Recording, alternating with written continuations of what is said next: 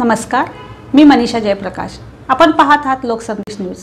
पाहूया आजच्या सविस्तर घडामोडी। लहान मुलांना खेळण्यातील कोणत्याही वस्तूंचे प्रचंड आकर्षण असते। अशा वस्तू मिळण्यासाठी मुले आपल्या आई-वडिलांकडे हट्ट धरतात, परंतु जर हवी ती वस्तू मिळाली नाही तर मग अशी काही हट्टी मुले वाटेल ते करायला मागे पुढे पाहत नाहीत। असाच काहीसा प्रकार साताऱ्यात घडला।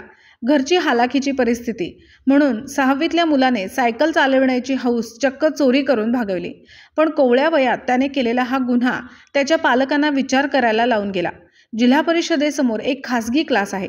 या क्लासच्या पार्किंगमधून काही दिवसांपूर्वी सुमारे 35,000 रुपये किमतीची इलेक्ट्रिक सायकल चोरीस गेली होती।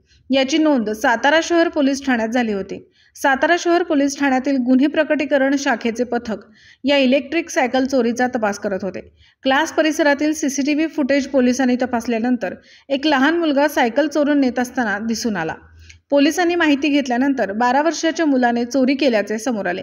त्याला पोलिसांनी ताब्यात घेतले। त्याच्या आई-वडिलांनाही पोलिसांनी बोलावून घेतले। तू सायकल चोरली आहेस का, अशी पोलिसांनी त्याच्याकडे विचारणा केली, मात्र त्याने नकार दिला। सीसीटीव्हीत दिसत असतानाही तो धडधडीत आई-वडिलांसमोर खोटे बोलत होता।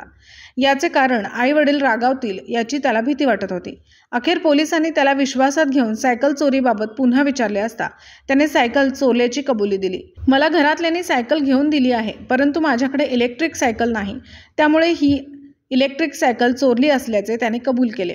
सायकल घरी आणली तर आई-वडील विचारतील, एवढी महागडी सायकल तू आणलीस कुठून? त्यामुळे सायकल घरी आणत नव्हतो। शाळा सुटल्यानंतर परिसरात तो इलेक्ट्रिक सायकलवरून फेरफटका मारायचा। त्यानंतर घराच्या परिसरातील झाडीत सायकल लपवून ठेवून तो घरी यायचा। आपला मुलगा चोरी करू शकतो यावर आई-वडिलांचा बराच वेळ विश्वास बसला नाही। आमच्या परिस्थितीनुसार त्याला सायकल घेऊन दिली, मात्र इलेक्ट्रिक सायकल घेऊन देण्याची आमची ऐपत नाही। आम्हीच मुलाला घडविण्यात कमी पडलो, अशी खंतेही त्यांनी पोलिसांकडे बोलून दाखवली। ओंकार पोद्दार, लोकसंदेश न्यूज वाई।